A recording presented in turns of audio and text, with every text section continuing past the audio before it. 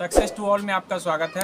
जैसा कि आप लोगों को पता है कि हम इटुटेरिया का सेट ख़त्म कर दिए हैं और प्रीवियस ईयर का 2-3 बार अगर रिवाइज करते हैं तो प्रीवियस से अगर पूछा जाएगा तो 100% आप बना पाएंगे। इटुटेरिया का अगर रिवाइज करते हैं तो ज़्यादा मॉडरेट क्वेश्चन पूछा जाएगा तो आप बना पाएंगे। अगर टफ पूछा जाता है तो आपका रुक्मिणी का सेट पढ़ना ज़रूरी है और रुक्मिणी का सेट आप प्रैक्टिस कर लिए हुए हैं तब भी आपको डिस्कशन देखना बहुत ज़रूरी है। अगर डिस्कशन नहीं देखते हैं तब तक आपका नंबर ज़्यादा ग्रोथ नहीं होगा, इस बात को समझ लीजिए। हम आगे आज डिस्कशन सेट 1 लेकर आए हैं। रुक्मिणी का सेट 1 है, आपसे जल्दी हम इसको करना चाहेंगे कि जल्दी से करके 30 प्रैक्टिस सेट है। 30 अगर आप कर लेते हैं तो 100% आपका स्कोर जो है ना 70 तो प्लस हो ही जाएगा अगर अच्छे से कर लीजिएगा तो इस तरह से। तो चलिए हम आगे चलते हैं। बोला है चंद्रमा के दक्षिणी ध्रुव पर सफल लैंडिंग। तो दक्षिणी ध्रुव पर सफल लैंडिंग जो है ना इंडिया के द्वारा कर दिया गया है। ये आप लोगों को भली भांति पता है क्योंकि पूरी इंडिया जान चुकी है। और दूसरी बात ये है कि आपसे चंद्रमा से अगर पूछा जाएगा तो फर्स्ट चंद्रयान 2008 में लॉन्च हुआ है, इस बात को ध्यान में रख लीजिए। दूसरा आपका 2019 में हुआ है, इस बात को ध्यान में कर लीजिए। डेट भी पूछा जा सकता है तो डेट में आपको अब जो अभी वाला जो 14 जुलाई को लॉन्च हुआ था और 23 अगस्त को पहुंचा था, इस डेट को खाली याद रखेंगे, बस इतना ही याद रखना है आपको। और इस दोनों का ईयर याद रखना है। तो आगे बढ़ते हैं हम इस बात से। आगे बोला है कि दीवार के पीछे खड़े व्यक्ति की आवाज़ पहचानी जा सकती है। किस कारण से पहचानी जा सकती है? तो व्यक्ति में विवर्तन और गुणता के कारण। दीवार के पीछे है तो विवर्तन के कारण वो पीछे गया और गुणता के कारण उसकी आवाज़ को हम पहचान लेते हैं। तो जब हम ध्वनि पढ़ाए थे तो उस समय हम विवर्तन और गुणता दोनों का डिस्कशन किए हैं। अगर विशेष डिटेल जानना है तो फिर से आप एक बार ध्वनि चैप्टर को देख लें। आगे बोला है ध्वनि तरंग की आवृत्ति मापी जाती है। तो ये भी मैं ध्वनि तरंग में बताया था, हर्ट्ज में ध्वनि तरंग होता है।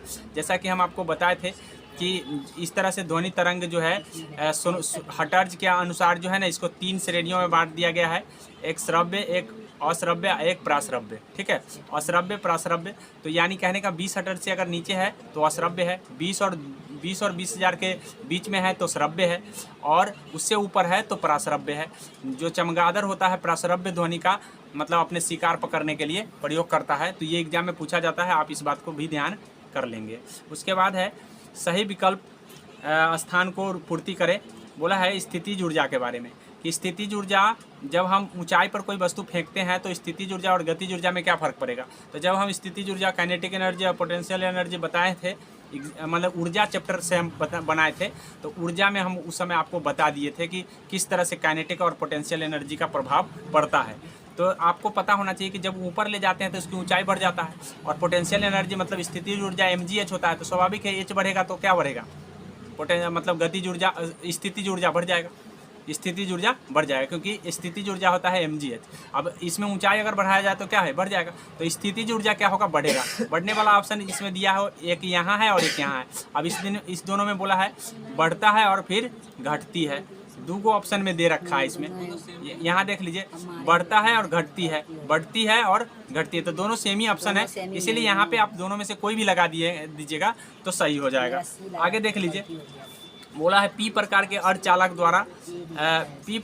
अर्धचालक द्वारा उपार्जित आवेश के बारे में निम्नलिखित में क्या सही है।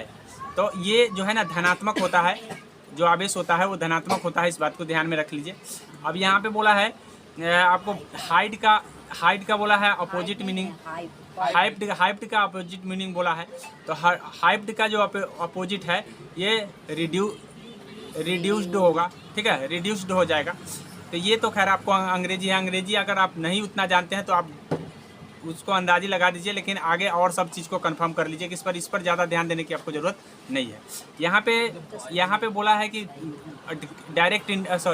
Voice choose the correct voice. तो वॉइस पकड़ने के लिए मैं आपको बता चुका हूँ कि टेंस का स्ट्रक्चर कंफर्म कर लीजिए। अगर स्ट्रक्चर कंफर्म है तो यहाँ पे देखिए सब्जेक्ट के पास V2 आया है, कितना है V2। अब ये V2 आया तो इसका मतलब पास्ट हो गया। अब देखो, यानी कहने का मतलब सब्जेक्ट प्लस V2 है, और जब सब्जेक्ट प्लस V2 है तो स्वाभाविक है कि सब्जेक्ट प्लस V2 है तो इसके हम जब पैसे बनाते हैं तो उसमें वाज और बेयर देखने को मिलता है सब्जेक्ट के अकॉर्डिंग। तो यहाँ पे वाज वाला ऑप्शन मात्र एक ही आया है, इसलिए आपका आंसर हो जाएगा, मतलब एकदम ईजी है। ठीक है, इसीलिए आपका यहाँ आंसर हो जाएगा क्या, C। वाज वाला एक ही ऑप्शन है यहाँ पे, तो ये वाला आपका आंसर हो जाएगा। जनरली ये आसान क्वेश्चन था। अब यहाँ पे देखिए वीरेंद्र डंगवाल के अनुसार तो ये तो आपको लिटरेचर आना चाहिए, तभी जाके आप जवाब दे सकते हैं। हालांकि इसका आंसर जीवन व्यापार हो जाता है। ठीक है, बोला है किनका ननकाना साहब में जन्म हुआ है। तो आप जब पढ़े होंगे सिखों के गुरु के बारे में, तो सिख के टोटल जो है ना 10 गुरु हुए हैं। 10 गुरु के बारे में आप एक बार देख लीजिएगा, अगर नहीं देखे हैं तो इससे आपके एग्जाम में बनते हैं, हर हाल में बनेंगे ही बनेंगे। इसलिए सिखों के 10 गुरु के बारे में आपको जानकारी ले लेना है। इसका जो प्रथम गुरु थे जिसने सिख धर्म की स्थापना किया, गुरु नानक थे, इन्हीं का जन्म ननकाना साहब में हुआ है। तो इस बात को आपको ध्यान में रखना है। सिखों के अंतिम गुरु का जन्म पटना में हुआ है, इस बात को ध्यान रखेंगे। गुरु गोविंद सिंह सिख के अंतिम गुरु हुए, अंतिम और 10वां वही थे। ठीक है, आगे देख लीजिए, यहाँ पे गुरु नानक होंगे, गुरु नानक। ठीक है, नानक जो है ना पहला जो है ना पहले सिख गुरु थे और उन्होंने ही सिख धर्म की स्थापना किए थे, ये बात आप समझ लीजिए। ठीक है, अब आगे है रामधारी सिंह दिनकर। इनका जन्म जो हुआ था 1469 में हुआ, जन्म भी डेट याद रखिए। बोला है रामधारी सिंह दिनकर का जन्म डैश जिला में। तो ये आपको लिटरेचर पढ़े होंगे तो पता है कि बेगूसराय में हुआ था उनका जन्म। बोला है गैस की मात्रा जो है ना व्युत्क्रमानुपाती होता है। किसके व्युत्क्रमानुपाती होता है? दाब के। जब ग्राहम का नियम आप पढ़े होंगे, ग्राहम का नियम, तो उस समय आपको बताया गया होगा कि भाई ग्राहम के नियम में जो है ना मात्रा जो है ना दाब के उल्टे अनुपात में होते हैं। तो इसका आंसर हो जाएगा आपका सी। आगे देख लीजिए, आगे आपका है आगे बोला है कि निम्न में कौन चालकता का सही क्रम है। तो आग चालकता हम पढ़ाए थे तो उस समय बोले थे चालक का चालक क्या होता है, लेकिन इसमें यहाँ पे ये दे दिया है कि कौन होता है सही। ठीक है, तो कौन सही होता है, तो यहाँ पे देख लीजिए, यहाँ सही होने के लिए पहले धातु होगा, धातु के बाद कुचालक होगा, तब और चालक होगा। ठीक है, ये कर्म होता है। अब ऐसा कर्म किसमें है देख लीजिए, भी है और बी धातु कुचालक और चालक, धातु कुचालक और चालक। तो ये में उल्टा क्रम मैंने दे दिया है। सबसे अधिक वाला जिसमें होगा, मतलब धातु से सबसे ज़्यादा होगा आपका है बी वाला आंसर हो जाएगा इसका। ठीक है, बी वाला इसका आंसर सही हो जाएगा। बोला है निम्नलिखित में किसमें कोकेन प्राप्त किया जाता है। कोकेन किससे मिलता है? तो ये रसायन पदार्थ है। कोकेन जो है ना एंथ्रोजाइलम से मिलता है। एंथ्रोजाइलम कोक से कोकेन मिलता है, इस बात को ध्यान में, एंथ्रोजाइलम से मिलता है। उसके बाद बोला है C6 और H14 से श्रृंखला से समयाबी प्राप्त, कितने समयाबी प्राप्त होंगे? तो 5 समयाबी इसमें प्राप्त होगा। C6 और H14 से 5 तरह से आप लिख सकते हैं, ये चीज़ बोला गया है। ठीक है, कितने तरीके से लिख सकते हैं? तो 5 तरीके से। बोला है वैद्युत अपघटनीय परिष्करण का उपयोग निम्न में से किन धातुओं से किया जाता है। मतलब कौन धातु को प्राप्त करने के लिए वैद्युत अपघटन प्रक्रिया लगाया जाता है, कहने का मतलब यही है। तो आपको अगर जिंक और कॉपर निकालना है तो वैद्युत अपघटन से ही आप निकाल सकते हैं। मतलब जिंक के ऑक्साइड और कॉपर के ऑक्साइड को शुद्ध करने के लिए, प्राप्त करने के लिए वैद्युत अपघटन प्रक्रिया चालू मतलब करना होगा, अन्यथा वो आपको प्राप्त नहीं होगा। तो ओवरऑल ये 10वां के मतलब चैप्टर में दिया हुआ है। ठीक है, अगर आप 10वां के चैप्टर पढ़े होंगे तो ये कन्फर्म होगा। आगे बोला है निम्नलिखित में से किसकी आकृति पिरामिडीय है। मतलब पिरामिडीय किसकी आकृति है? तो पिरामिड, ये पिरामिड नहीं बनाता है क्योंकि आप 10वां में पढ़ चुके हैं। आप नहीं पढ़े होंगे 10वां में, तो ये और ये वाला, तो ये दोनों में से ही आंसर आपको होने वाला है। और इसका आंसर पिरामिडीय आकृति जो बनता है BF3 का बनता है, इस बात को ध्यान में करें। उसके बाद हाँ, उसके बाद बोला है पिरामिडीय आकृति का मतलब जैसे CH4 है तो C हो गया, H क्या को लगा दिए 4 गो। तो क्या ये पिरामिड आकृति बनाया? बनाया नहीं बनाया। तो ऐसे अगर हम संरचना सूत्र बनाते हैं तो किसमें ऐसे बनता है पिरामिडीय आकृति, ये चीज़ बोला गया है। आगे समझ में, आगे यहाँ देख बोला है कि कितने पाई और कितने बॉन्ड होंगे प्रोपीन में। तो प्रोपीन आप जब लिखते हैं, यहाँ प्रोपीन लिखते हैं तो C बोला है, C कितना लिखते हैं C3 और H कितना होगा, कोई बता सकते हो? इसका मतलब आपको एल्केन एल्काइन एल्कीन नहीं आता है। मैं एक बार उसकी चर्चा कर दे रहा हूँ।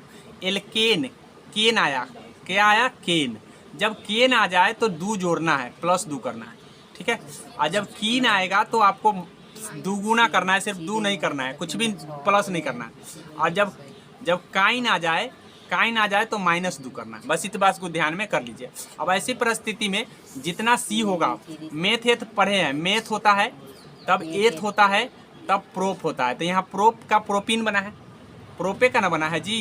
तब प्रोपीन बना है, इसका मतलब 3 नंबर पर आ गया। अब ये 3 नंबर पर आया तो C3 और उसका दुगुना कितना होता है 6। ठीक है, C3 और H6। अब ऐसी परिस्थिति में 3 और 6 आ रहे हैं, तो अब इसको जब आप संरचना सूत्र बनाइएगा तो कैसे बनाइएगा, ऐसे बनाएंगे C 3 को C हो गया। अब देख लीजिए, अब उसके बाद देखिए H एक H यहाँ हो गए, एक H यहाँ हो गए, फिर एक H यहाँ हो गए, एक H यहाँ हो गए, ठीक है, एक H यहाँ हो गए, एक H यहाँ हो गए। अब यहाँ काउंट कर लीजिए कि कै गो ये बंधन बन गया, कै गो एगो यहाँ हो गया, एगो 2 गो, 3 गो, 4 गो, 5 गो, 6 गो, 7 गो, 7 गो बना है ना, 7 बन रहे हैं, एक यहाँ बन रहे हैं और एक यहाँ बन रहे हैं, 2 गो हो गया। इसी तरीके से 2 गो इसमें होगा, 4 गो, 2 गो इसमें होगा, 6 गो नहीं 8 गो बन रहा है, एक यहाँ एक यहाँ, कितने बन रहे हैं 8 गो बन रहे हैं। तो 8 गो बन रहे हैं, तो इसका 8 पाई वाला देख लीजिए, 8 कहाँ है, 8 कहाँ है, 8 बॉन्ड कितने हैं, 8 एक पाई कैसे, मतलब 8 सिग्मा बोला है कि कितने सिग्मा और कितने पाई होंगे।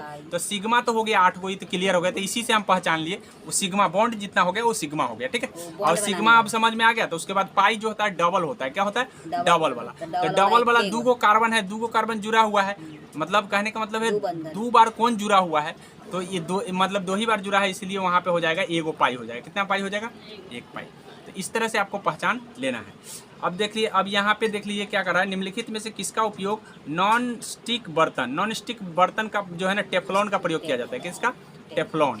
अब इसमें टेफ्लॉन ऑप्शन में नहीं दिया हुआ है, तो जो टेफ्लॉन होता है वो किसका बहुलक है, पॉलीटेट्राफ्लोरेट एथिलीन का बहुलक है, ठीक है, इसका बहुलक है, इसीलिए टेफ्लॉन यहाँ पे ना दे करके यही दे दिया है, इसलिए आपका आंसर ये हो जाएगा। उसके बाद आप देखिए किसने अपनी आवर्त तालिका में अंतरालों के आधार पर अभी कुछ और खोजे जाने के बाद कहा था, भविष्यवाणी किया था। तो मेंडलीव जब आवर्त सारणी बना रहा था तो उस समय बोला था कि कुछ तत्व और खोजे जाएंगे भविष्य में, और उसके लिए जगह छोड़ दिया था खाली। तो हम इसका आंसर क्या लगा देंगे, मेंडलीव, ठीक है, मेंडलीव ने ऐसा कहा था। अर्थात अगर आवर्त सारणी का जनक कहा जाता है तो मेंडलीव, आधुनिक आवर्त सारणी का कहा जाता है तो मोसले, ठीक है। डोबेराइनर और न्यूलैंड, बताओ कौन ट्रिक नियम दिया था, कौन दिया था, अगर आप बता सकते हैं तो बताइए, जब तक हम आगे बढ़ रहे हैं। आगे बोला है मक्खन है, मक्खन किस में मिलेगा, प्यूमस पत्थर किस में मिलेगा, दूध किस में मिलेगा, पेंट किस में मिलेगा। तो इसमें देख लीजिए, मक्खन जो होता है, मक्खन क्या होता है कि द्रव से ठोस बनता है, ठीक है, द्रव से ठोस आकृति में आता है तब मक्खन बनता है। पहले द्रव अवस्था में रहता है, बाद में उसका मक्खन बन जाता है, ऊपर से छता जाता है, ठोस अवस्था वो ले लेता है। तो द्रव से ठोस किस में दिया हुआ है, द्रव से ठोस इसमें दिया, 4 नंबर में आएगा, ये तो 4 नंबर में आएगा, ठीक है। और गैस से पत्थर प्यूमिस जो होता है गैस से ठोस में आता है, तो कि 3 नंबर, तो 4 और 3 किस में, पहले एक ही है जो 4 वाले हैं, तो इसमें इसका आंसर ये हो जाएगा, ठीक है। उसके बाद बोला है पेप्टाइड डोगलाकाइन उपस्थित होता है, मतलब ये किस में उपस्थित होता है, तो ये जो है आपको माइकोप्लाज्मा की कोशिका में उपस्थित होता है, इस बात को ध्यान में कर लीजिए। ये थोड़ा टफ साइंस दिया गया है, लेकिन आपको धीरे धीरे ये टफ इजी हो जाएंगे अगर सेट लगाते लगाते आप 300 लगा लेंगे तो, ठीक है। चलिए, हाँ, थोड़ा सा रसायन चीज़ों का टफ प्रयोग किया गया, कुछ इजी भी है, इजी में जैसे मैंने 2-3 10वां का बताया है, तो कुछ इजी भी है, ऐसा बात नहीं सारे के सारे टफ है, ठीक है। आगे बोला है इनमें कौन आहार संतुलित न होने के कारण होने का वाला रोग होता है, मतलब अगर आहार संतुलन आपका नहीं होगा तो कौन सा बीमारी आपको हो जाएगा, तो हीनता जनित रोग हो जाएगा। कौन सा रोग हो जाएगा, हीनता जनित, मतलब अगर आप आहार नहीं लेते हैं तो आपको क्या है, क्वाशियोरकर जिसको हम बोलते हैं, वो हीनता जनित रोग होता है, आहार संतुलित न होने। पायरिया तो होता है विटामिन सी की कमी के कारण, पायरिया, ठीक है। और मुंह का जो कैंसर होता है तो घाव हो जाने के कारण होता है। दम्मा जो होता है फेफड़ा खराब होने के कारण होता है। तो इस तरह से आप इस छांट के भी लगा सकते थे, ठीक है, थोड़ा सा अगर एक्सपीरियंस। लेकिन आप लोग में से कह रहे थे कुछ बच्चा जो सर बिल्कुल समझ में नहीं आ रहा है, तो आप समझ के बनाएंगे तो 100% डिस्कशन में जब भाग लेंगे 10 गो में 100% उसके बाद लगेगा नहीं सर ये ईजी है, ठीक है। पढ़ने में एकदम आसान है, हम तो एकदम आसानी से पढ़ के बता रहे हैं आपको, आप बता भी दिए हैं। चलिए आगे देख लीजिए, अंतःस्रावी ग्रंथि। तो ग्रंथि जो होते हैं 2 प्रकार के होते हैं, एक अंतःस्रावी एक बाह्यस्रावी। अंतःस्रावी का मतलब है अंदर में ग्रंथि है जिसमें कोई नाली नहीं है, सीधा स्राव हो रहा है, मतलब सीधा रस बह रहे हैं, तो उसको कहते हैं अंतःस्रावी। तो इसमें कौन नहीं है सो पूछा है, तो यहाँ देख लीजिए पैराथायराइड अंतःस्रावी ग्रंथि है, अंडाशय भी अंतःस्रावी, उसमें कोई नालिका नहीं लगा हुआ है। विरसन भी अंतःस्रावी ग्रंथि है, लेकिन ब्रूनर ग्रंथि जो है ना अंतःस्रावी नहीं होता है, इसमें कोई नालिका नहीं, डायरेक्ट निकल जाता है। तो ये सारी के सारी क्या है, तो आपका आंसर हो जाएगा यहाँ ब्रूनर ग्रंथि। ठीक है, बोला है पेरिकार्डियम व हृदय के बीच कौन सा तरल भाग रहता है। तो जब हम हृदय फेफड़ा पढ़ाए थे आपको, ये 10th क्लास में डायरेक्टली दिया हुआ है कि भाई पेरिकार्डियम और हृदय के बीच में पेरिकार्डियल द्रव भरा रहता है। कौन सा रहता है, पेरिकार्डियल द्रव। चलिए आगे देख लीजिए, मेंडल के दूसरे नियम स्वतंत्र अभिवन के नियम कहा जाता है। तो मेंडल था, ग्रेगर जॉन मेंडल, वो अनुवांशिकी के पिता के रूप में जाने जाते हैं। एक मेंडलीव होता है, कौन होता है, मेंडलीव। इससे पहले हम जो आवर्त सारणी की चर्चा की है वो मेंडलीव की चर्चा की है। ये मेंडल है, मेंडल और मेंडलीव में अंतर है, ये रसायन शास्त्र में आते हैं और ये बायोलॉजी में आता है। तो ग्रेगर जॉन मेंडल जो है आपका किसका जनक है, अनुवांशिकी का जनक है। अब यहाँ पे हम बात करते हैं कि इसने जो है ना 2 नियम दिया था, एक प्रथम नियम और एक दूसरा को स्वतंत्र अभिवन के नियम से जानते हैं। तो ये बोला है कि कौन सा नियम है, एक इसमें कितने, तो एक संकर, जब एक संकर कराया था तो प्रथम नियम हुआ था, और जब द्विसंकर कराया था तो क्या है, ये दूसरा नियम है। तो दूसरा नियम को यहाँ द्विसंकर क्रॉस कहते हैं। क्या कहते हैं, इस द्विसंकर क्रॉस का मतलब है 2 गुण वाले चीज़ों को लिया था। कितने गुण वाले को चीज़ों को लिया था, 2। तो इस बात को ध्यान में कर लीजिए। तो इसका आंसर आसानी से आप जवाब दे सकते हैं, 10वां के बायोलॉजी में दिया गया है। अगर आपको बेसिक कन्फर्म है तो आपके लिए टफ नहीं होना चाहिए, बेसिक नहीं कन्फर्म होने के कारण ऐसा लग रहा है कि टफ है। रक्तचाप, बोला है रक्तचाप तथा श्वसन गति का नियंत्रण किसके द्वारा होता है। तो रक्तचाप और श्वसन गति का नियंत्रण जो है मेडुला ऑब्लांगेटा करता है। ठीक है, अनुमस्तिष्क में आता है, ये अनुमस्तिष्क है। मस्तिष्क के 3 भाग है, एक सेरिब्रम है, एक मध्य मस्तिष्क है, और एक सेरिबेलम है। 3 मस्तिष्क बनाए। जो मध्य मस्तिष्क, जो आपको मैं बता दूं कि सेरिब्रम, सेरिबेलम, सबसे पीछे सेरिबेलम है, सबसे बड़ा भाग आपका सेरिब्रम है। ठीक है, जिसको पर मस्तिष्क के नाम से जानते हैं, पर मस्तिष्क। ठीक है, तो इस बात को ध्यान में कर लीजिए, 2/3 भाग पर मस्तिष्क ही है हमारा, और सोचने समझने बुद्धि की क्षमता इसी में रहता है। ठीक है, इसमें क्या रहता है, मेडुला ऑब्लांगेटा रहता है, और ऐच्छिक अनैच्छिक का जो गति होता है वो सबसे पीछे वाला में होता है। किसमें होता है, पीछे। अगर किसी का सेरिबेलम खराब हो जाएगा, पीछे वाला मस्तिष्क खराब हो जाएगा, तो वो अपनी इच्छा अनुसार कोई कार्य नहीं कर सकता। ऐच्छिक अनैच्छिक गति का वाहक जो है ना सेरिबेलम। तो इस बात को ध्यान में रख लीजिए। 10वां का एग्जाम, मतलब 10वां के बुक में सीधा डायरेक्टली आपको मस्तिष्क के बारे में पढ़ाया गया। आगे देख लीजिए, 1960 में महाराष्ट्र डैश मतलब और डैश का गठन हुआ।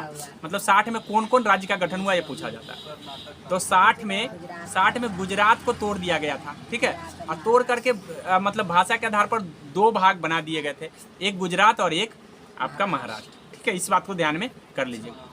तो यहाँ पे गुजरात महाराष्ट्र, यहाँ पे हो जाएगा गुजरात, आंसर हो जाएगा। ठीक है, गुजरात को 2 भाग में तोड़ करके महाराष्ट्र बनाए गए थे। बोला है मराठी बोलने वाले के आधार पर बना दिए गए थे। ये बोला है AB रक्त समूह में, AB रक्त समूह में नहीं होते हैं। तो याद रखिएगा, जो रक्त समूह रहता है वही एंटीजन उसमें पाया जाता है। ठीक है, जो रक्त समूह रहता है उसमें वही एंटीजन होता है। AB वाला में AB एंटीजन, B वाला में B एंटीजन, उसके बाद है आपको O वाला में O एंटीजन। जो रक्त समूह रहेगा वही एंटीजन उसमें मिलता है। तो इसका मतलब है, लेकिन AB वाला में एंटीजन तो होता है लेकिन एंटीबॉडी नहीं होता, एंटीबॉडी नहीं होता। ठीक है, इसमें एंटीबॉडी नहीं रहता। O वाला में एंटीबॉडी रहता है, एंटीजन नहीं रहता है। ये दोनों बात को ध्यान में कर लीजिए। ठीक है, तो यहाँ पे AB पूछा है, तो यहाँ क्या हो जाएगा, एंटीबॉडी नहीं होता है। क्या होता है, एंटीबॉडी नहीं। लेकिन B में एंटीजन क्या है बता सकते हैं, B में B ही एंटीजन, B में B एंटीजन। ठीक है, उसके बाद A में कौन सा एंटीजन होगा, A एंटीजन। AB में कौन सा एंटीजन होगा, तो AB एंटीजन, लेकिन एंटीबॉडी इसमें नहीं होता। और O में कौन एंटीजन होता है, तो O में एंटीजन होता ही नहीं है, O में सिर्फ एंटीबॉडी होता है। क्या होता है, एंटीबॉडी। अब हाँ, O में एंटीबॉडी होता है। अब यहाँ पे बात कर लेते हैं कि सर AB वाला किसको रक्त दे सकता है, तो AB वाला किसी को नहीं दे सकता है। ठीक है, AB वाला किसी को नहीं दे सकता। अच्छा, अब उसके बाद है, यानी कहने का हाँ, AB वाला ये मतलब AB वाला सिर्फ AB वाला को ही दे सकता है, नहीं AB वाला को दे सकता है। लेकिन क्या कहते हैं कि अगर इसको लेना होगा तो किससे ले सकता है, तो सबसे ले सकता है, सब इसीलिए ये सर्वग्राही कहा जाता है। इसका नाम सर्वग्राही है। हाँ, लेने के लिए सबसे ले सकता है। आगे समझ में। और जो है वो वाला क्या कर सकता है, सबको दे सकता है लेकिन सर्वदाता सबसे ले नहीं सकता। आगे समझ में, सबको दे सकता है सबसे ले नहीं सकता, तो इसीलिए सर्वदाता इसको कहा गया, उसको सर्वग्राही कहा गया। पूछा जाता है सर्वदाता कौन है, सर्वग्राही कौन, तो जो सब सर्वग्राही हो गया, जो सबसे ले लिया सर्वग्राही, और जो सबको दे दिया सर्वदाता। दाता। ठीक है। अब इसमें भी एक बाइंडेशन लग जाता है, एक ओ नेगेटिव होता है, कभी कभी नेगेटिव और पॉजिटिव देगा तो आपका आंसर नेगेटिव वाला होगा, पॉजिटिव वाला नहीं होगा। लेकिन ए बी में क्या कहेगा, पॉजिटिव और नेगेटिव देगा तो ए बी पॉजिटिव वाला होगा। आगे समझ में, पॉजिटिव नेगेटिव में ये भी बाइंडेशन कर दिया। ठीक है, ए बी पॉजिटिव वाले किसको दे सकते हैं, सबसे ले सकते हैं, ये बात मैंने बोला। वो निगेटिव वाला सबसे ले सकता है या वो पॉजिटिव वाला सबसे ले सकता है, तो वो निगेटिव वाला, समझे, पॉजिटिव वाला नहीं। आगे समझ में, मतलब सबको दे सकता है कौन, ओ, लेकिन निगेटिव वाला, पॉजिटिव वाला नहीं। समझ में आ गया। चलो आगे बोला है, एक पौधे में इनमें क्या एक बीज में परिवर्तित होता है, मतलब एक बीज कौन बन जाता है, सो बोला है, तो अंडाशय बीज बन जाता है। इस बात को ध्यान में, अंडाशय जो है ना बीज बन जाते हैं आगे चल के। बोला है दुनिया का सबसे लंबा पेड़ कौन है, तो दुनिया का सबसे लंबा पेड़ रेडवुड है।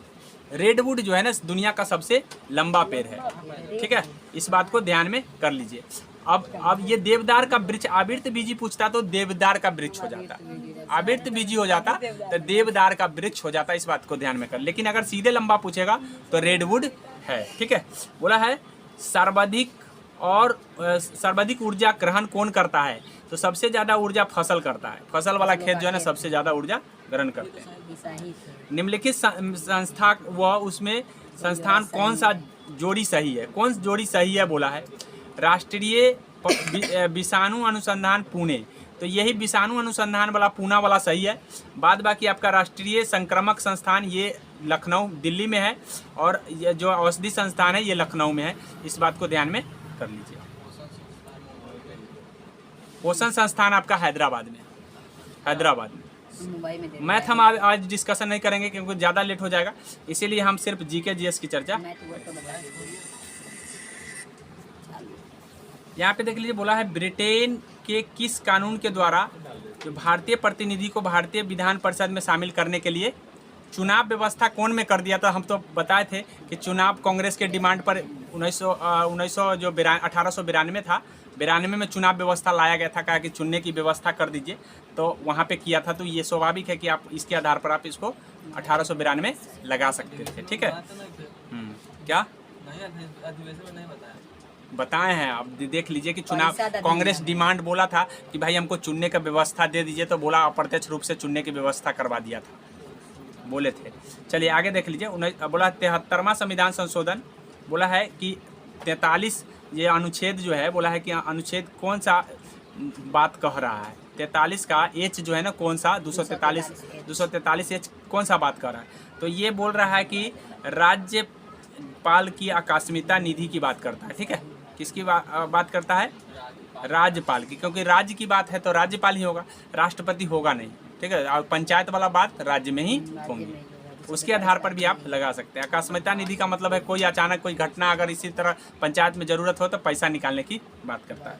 उसके बाद बोला है मानव विकास रिपोर्ट निम्नलिखित में किसके द्वारा प्रकाशित किया जाता है, तो मानव विकास रिपोर्ट जो है ना यूएनईपी के द्वारा किया जाता है, डीपी यूएनडीपी। ठीक है, यूएनडीपी। अब यूएनडीपी यहाँ पे ऑप्शन में यहाँ देख लीजिए, यहाँ पे दिया है, ये कब से जारी कर रहा है, तो 1990 से जारी कर रहा है। ठीक है, यूएनडीपी का मुख्यालय कहाँ है, कोई बता सकते हो? यूएनडीपी का मुख्यालय न्यूयॉर्क में। आगे देखें, निम्नलिखित में से किस प्रकार का अर्थव्यवस्था उत्पादन का कारक है, मतलब उत्पादन का कारक एकाधिकार हो जाएगा। तो जहाँ पे एकाधिकार की बात किया इसका मतलब पूंजी वाला क्या हो जाएगा, पूंजीवादी में हमेशा एकाधिकार ही होता है, याद रखें। निम्नलिखित में कौन सा ज्वालामुखी प्रशांत महासागर में ज्वालावृत्त के अंतर्गत आता है, तो प्रशांत महासागर में बोला है तो विस्यूवियस हो गया, विस्यूवियस तो इटली में है, प्रशांत में होगा नहीं। ठीक है, फ्यूजियामा, सेंट हेलेना, तो फ्यूजियामा हो जाएगा इसके आंसर। कितना हो जाएगा? फ्यूजिया। ये सवाल तो आसान थे, आप आसानी से हल कर सकते थे। ये भी सवाल सब आसानी था। अब हम 43 की बात करेंगे। 1947 में स्वतंत्र भारत में प्रथम कैबिनेट शिक्षा विभाग मतलब शिक्षा मंत्री कौन बने थे? तो अबुल कलाम आज़ाद बने थे। डॉक्टर राजेंद्र प्रसाद जो है ना, उस समय कृषि और खाद्य मंत्री बने थे। लिकायत अली जो बने थे वित्त मंत्री बने थे, ये चीज़ मैं बता, और अंबेडकर जी कानून मंत्री बने थे। इस बात को भी आप ध्यान में रखेंगे। जब हम बता रहे थे संविधान प्रस्तावना के बाद हम बताए हैं, उसके बाद हम बताए थे सारी चीज़ को, ठीक है। हाँ, मंत्रिमंडल का गठन बताए थे। तो उस समय मंदाकिनी नदी डैश में अलकनंदा नदी में मिल जाती है।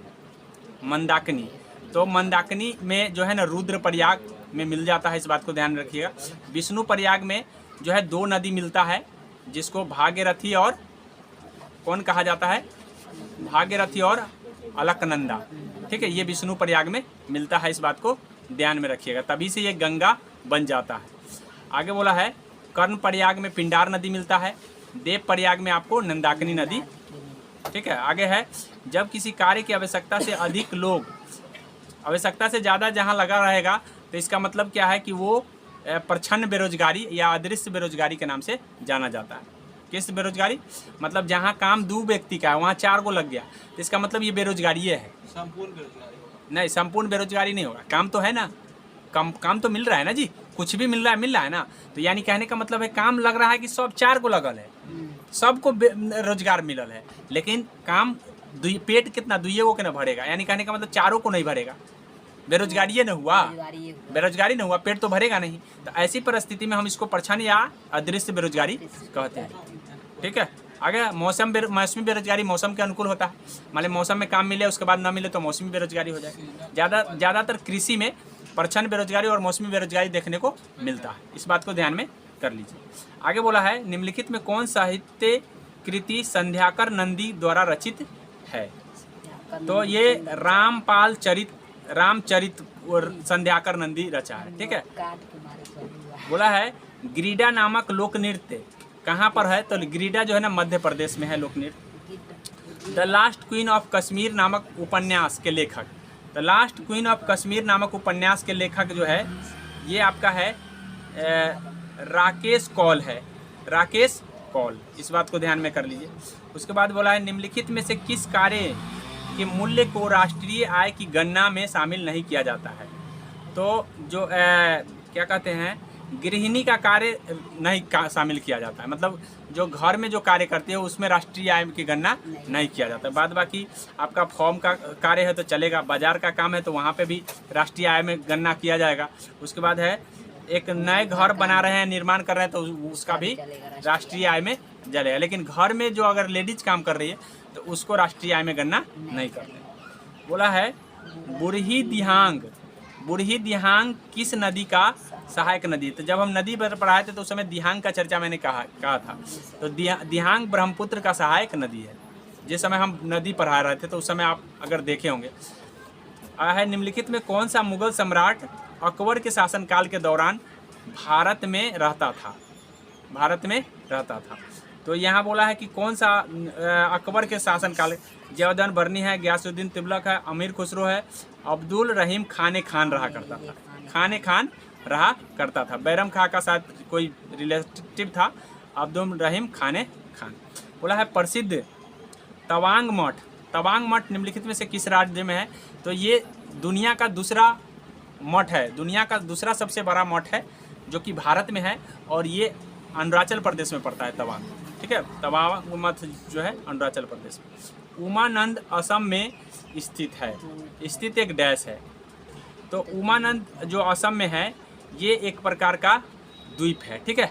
उमानंद एक प्रकार का द्वीप है, इस बात को ध्यान में कर लीजिए। उसके बाद संविधान सभा में लगभग 300 सदस्य से ने भारत के संविधान को लिखने के लिए डैश समय तक बैठक किया था। तो लगभग 3 वर्ष कहिए, 2 साल 11 माह 18 दिन तक, लगभग 3 वर्ष मानिए, ठीक है। नोवाक जोकोविच एक पेशेवर टीम खिलाड़ी है, उसका संबंध किस देश से है? तो सर्बिया का है नोवाक जोकोविच, ठीक है। नोवाक जोकोविच कहाँ से है? सर्बिया से। उसके बाद बोला है थोसेघर जलप्रपात किस राज्य में है? तो थोसेघर जलप्रपात महाराष्ट्र में है। थोसेघर जलप्रपात महाराष्ट्र में है। सर्च करो तो उड़ीसा में। ओके। बोला है कि वेद ऋषि कपिल का संबंध, तो कपिल का तो हम आपको कई बार बता दिए, न्याय होगा तो गौतम, ठीक है, सांख्य होगा तो कपिल, ठीक है। उसके बाद है इस तरह से आपको मैं सारे चीज़ को बता चुका हूँ। तो यहाँ पे न्याय न होकर कपिल पूछा है तो सांख्य दर्शन के प्रवर्तक है, ठीक है। जैमिनी मीमांस का है। वैशेषिक जो है ना कनाद और उलूक है, ठीक है। इस बात को ध्यान में रखेंगे। शिक्षा की वर्धा योजना कब आया था? तो याद रखिए वर्धा योजना किससे संबंधित है? शिक्षा से। लेकिन कब आया था? तो 1937 में आया था। बोला भारत के संविधान का कौन सा भाग वित्त संपत्ति और अनुबंध? तो मैं ये भाग को आपको जब भाग पढ़ा रहा था तो उस समय बताया था कि कौन सा जो है ना वित्त संपत्ति और अनुबंध। तो भाग जो है ना 12, कौन सा है? भाग 12। केंद्र राज्य संबंध भाग 11 है और वित्त संपत्ति का संबंध जो है ना भाग 12 में है। 13 में भी व्यापार का संबंधी चर्चा है। तो इस बात को ध्यान में, मैं बोला था कि पहले रिलेशन बनेगा तब व्यापार होगा, व्यापार नहीं तब आती है पैसे आएंगे, वित्त होंगे और वित्त होंगे तो व्यापार करेंगे। ये चीज़ मैंने बोला था आपको ऐसे याद कर लेने के लिए। अगर ऐसे याद रखते हैं तो कन्फ्यूजन नहीं होगी। आगे बोला है ईस्ट इंडिया कंपनी के किस गवर्नर जनरल के कार्यकाल में आंग्ल नेपाल युद्ध लड़ा गया था? मतलब नेपाल और अंग्रेज के बीच कब किसके काल में लड़ा गया था? तो जब हम गवर्नर पढ़ा रहे थे तो उस समय आपको बताए थे कि 1916 में जो है ना अंग्रेज और नेपाल के बीच युद्ध हुआ था, जो सुगौली के संधि के तहत जो है ना समाप्त किया गया था। तो ये उस समय जो है था आपको लॉर्ड हेस्टिंग था। कौन था? हेस्टिंग। तो इस बात को ध्यान में रखिए। इसी के साथ आप एक और याद कर लीजिए, 1924 में भी युद्ध लड़ा गया था। तो किसके साथ लड़ा गया था? बर्मा के साथ लड़ा गया था। बर्मा आज म्यांमार के रूप में जाना जाता है। तो उस समय कौन था गवर्नर? तो एम हर्स्ट था, ठीक है। लॉर्ड एम हर्स्ट के समय बर्मा का युद्ध और हेस्टिंग के समय नेपाल का युद्ध। आगे आपका है, बोला है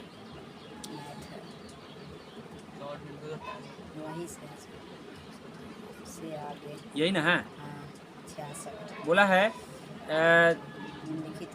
निम्नलिखित में विचार करना है। द्वितीय पंचवर्षीय योजना महान लोबिस के विचारों पर आधारित थी। ये चीज़ नहीं, द्वितीय पंचवर्षीय योजना महान लोबिस के नहीं, नहीं हाँ नहीं पहला था हेराल्ड डोमर और दूसरा महान लोबिस, ठीक है, ये सही है। दूसरा महान लोबिस के पर आधारित है। महान लोबिस ने कोलकाता में भारतीय सांख्यिकी संस्थान की स्थापना तथा सांख्य नामक एक जर्नल निकाला था। तो ये दोनों सही है, ठीक है। 1 और 2 यहाँ पे 1 और 2 दोनों सही होने चाहिए। इसका कंफर्मेशन नहीं है, 1 मिनट इसको चेक करके हम बता देंगे बाद में, ठीक है। आगे देख लीजिए। बोला है कि नालसा का कार्यकारी अध्यक्ष कौन बना है हाल ही में? DY चंद्रचूड़ के द्वारा नियुक्त किया गया है। जो है ना ये नालसा के संजय कौल को चुना गया है। DY चंद्रचूड़ जो हमारे 50वें चीफ जस्टिस है, CGI जिसको बोलते हैं, CGI, ठीक है, चीफ जस्टिस ऑफ इंडिया, ठीक है। तो यह DY चंद्रचूड़ ने नियुक्त किया है। इस बात को ध्यान में कर लीजिए। अगला है जापान इंडिया मैरीटाइम एक्सरसाइज, मतलब जिसको जाइमेक्स बोलते हैं। जाइमेक्स का जो है ना आयोजन कहाँ हुआ है? तो बंगाल के खाड़ी में हुआ है। लॉ एस की खान बादाम पहाड़ किस राज्य में है? बादाम पहाड़ जो है ना किस राज्य में पड़ता है?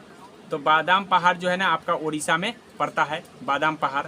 बोला है सुरक्षा पर कैबिनेट समिति का ने तेजस 2.0 मेगा प्रोजेक्ट मंजूरी कर दिया है। तेजस क्या है? तो ये हल्का लड़ाकू विमान है। हल्का लड़ाकू विमान, तो हल्का लड़ाकू विमान है तो उसको हम क्या कहेंगे? Light combat aircraft. लाइट का मतलब हो गया हल्का, ठीक है।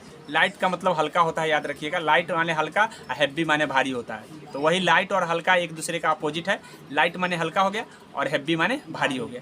तो लाइट कॉम्बैक्ट एयरक्राफ्ट है ये, जिसको कहते हैं हल्का लड़ाकू विमान। ये तेजस क्या है? हल्का लड़ाकू विमान है, ठीक है। उसके बाद बोला है अंतर्राष्ट्रीय कृष्णाभूत संघ, जिसको इस्कॉन बोलते हैं, की स्थापना किसने किया था? तो स्वामी प्रभुपाद ने इसका स्थापना किए थे। उसके बाद बोला है भारत में प्रांतीय स्वतंत्रता का प्रवेश कब हो गया, तो प्रांतीय स्वायत्तता का प्रवेश जो है 1935 के अधिनियम के द्वारा हो गया। ठीक है। निम्न में कौन सा प्रत्यक्ष कर का उदाहरण नहीं है? प्रत्यक्ष कर का उदाहरण नहीं है। प्रत्यक्ष कर का मतलब है डायरेक्ट टैक्स।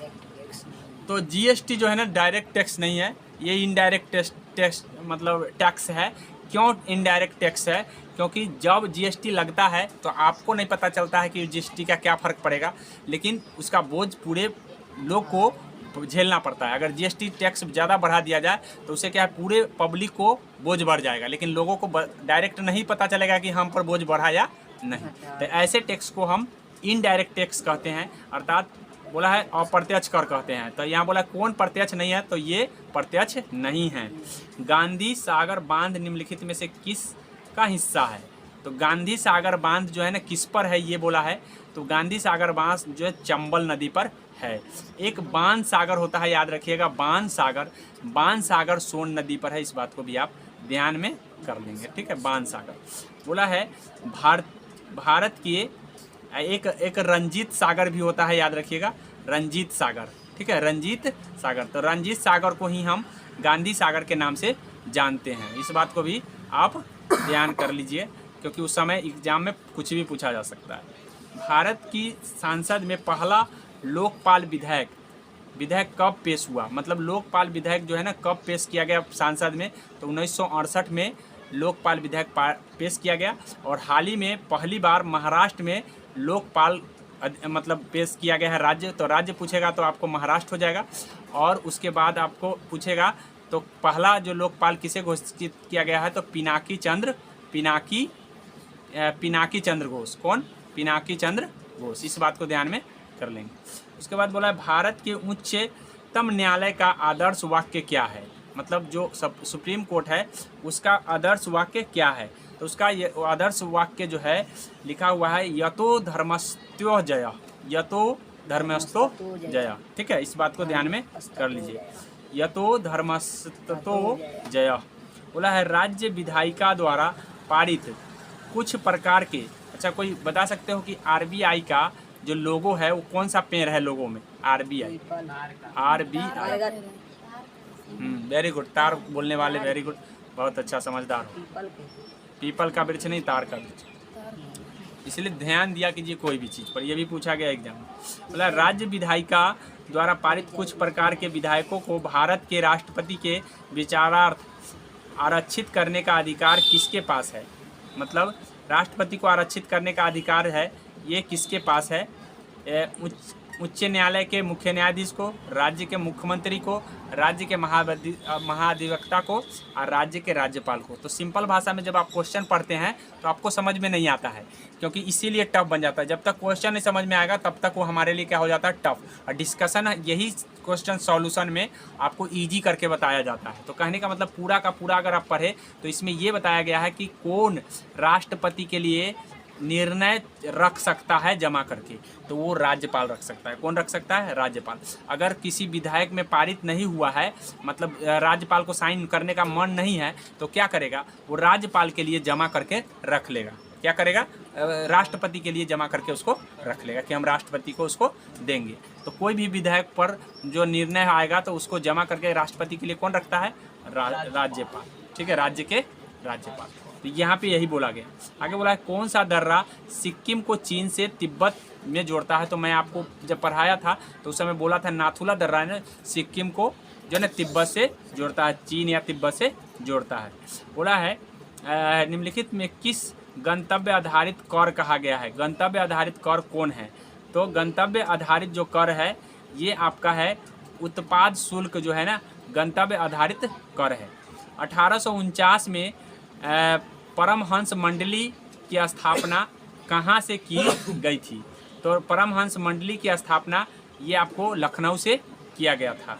12वीं शताब्दी के दौरान कर्नाटक में वीर शैव परंपरा का लिंगायत आंदोलन का नेतृत्व किसने किया था? तो वीर शैव परंपरा शुरू करने वाला व्यक्ति, ये वीर शैव परंपरा क्या था? तो ये शादी का एक परंपरा था जो 12वीं शादी पर इसने बसवन्ना ने किया था। वो अपनी 12वीं जब शादी कर रहा था तो उस समय एक परंपरा का स्टार्ट किया था। ठीक है, तो वही बसवन्ना लिंगायत शैली का जन्म दिया था। ठीक है, तो ये ध्यान में कर लीजिए।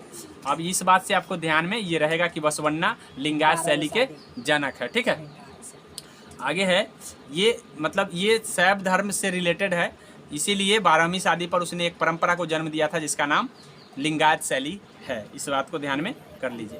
बोला है 2011 की जनगणना के अनुसार कौन से केंद्र शासित प्रदेश का जनसंख्या घनत्व भारत में सबसे कम है।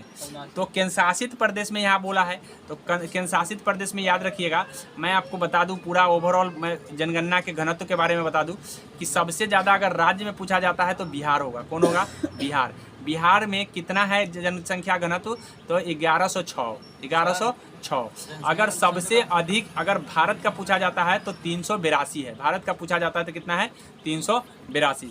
बिहार राज्य में पूछा जाएगा तो बिहार सबसे ज़्यादा है, लेकिन सबसे कम पूछा जाएगा राज्य में तो अरुणाचल प्रदेश। किस में है? अरुणाचल प्रदेश, जहां सबसे कम जनसंख्या घनत्व है, मात्र 17 लोग रह रहे हैं।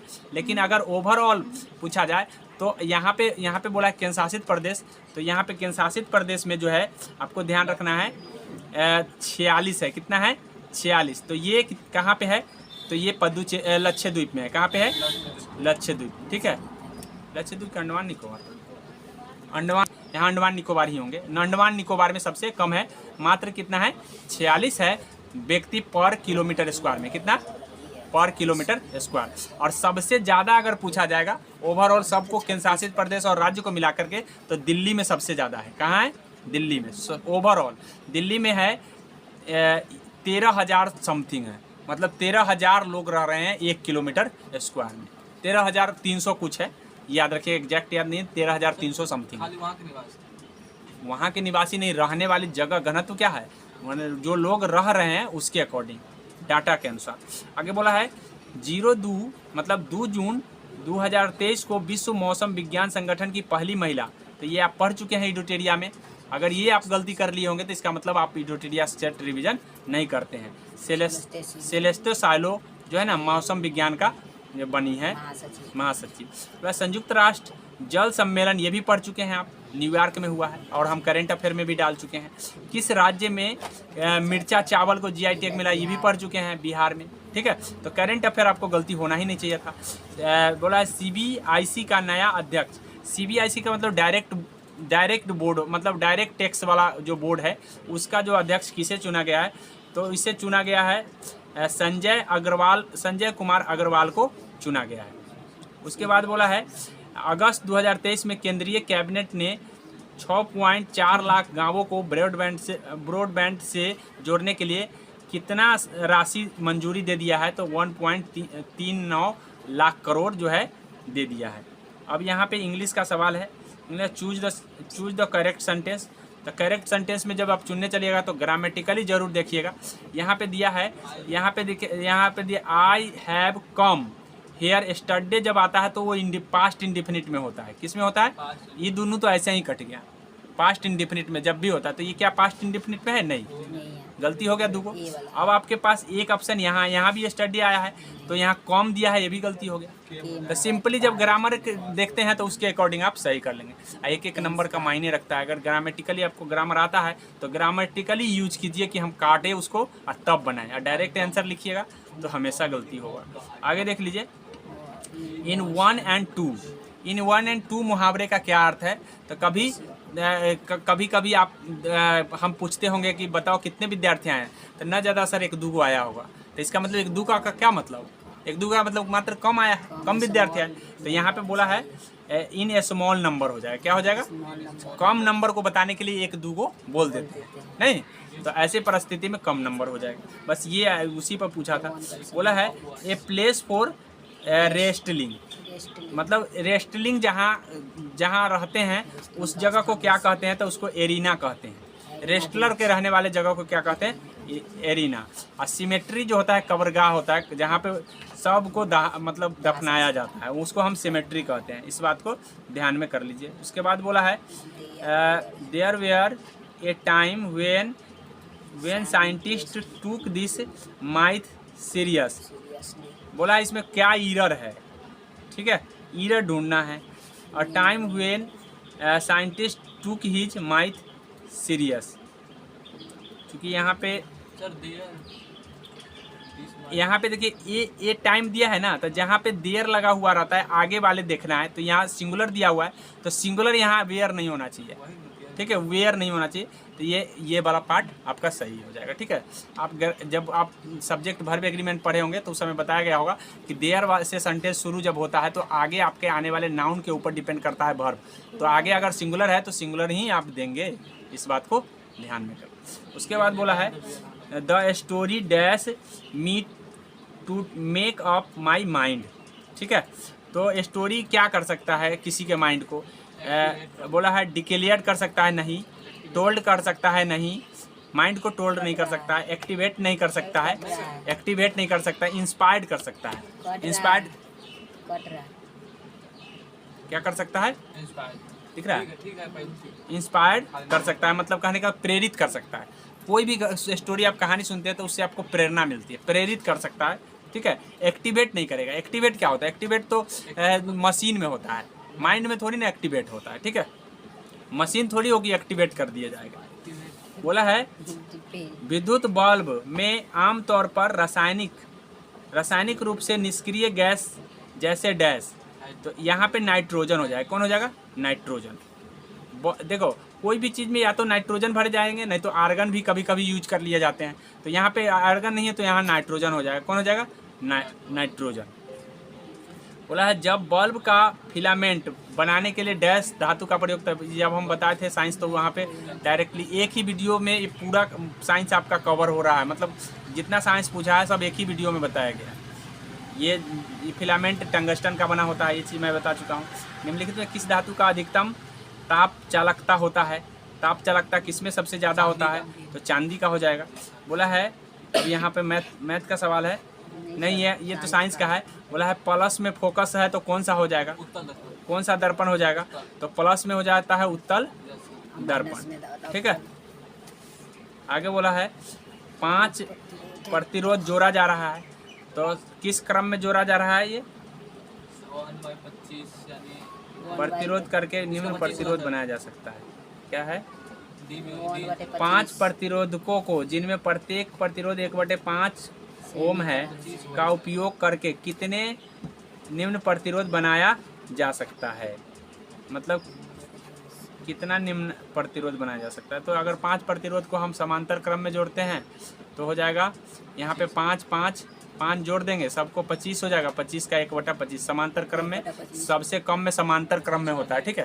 तो 1/25 हो जाएगा। कौन हो जाएगा, 25 तो सबसे ज़्यादा हो गया, अधिकतम पूछता तो 25 होता और न्यूनतम पूछा तो 1/25। आगे समझ, अधिकतम पूछ रहा है या न्यूनतम पूछ रहा है, यहाँ देख लो क्या दिया है, अधिकतम की न्यूनतम, न्यूनतम बोला है तो 1/25।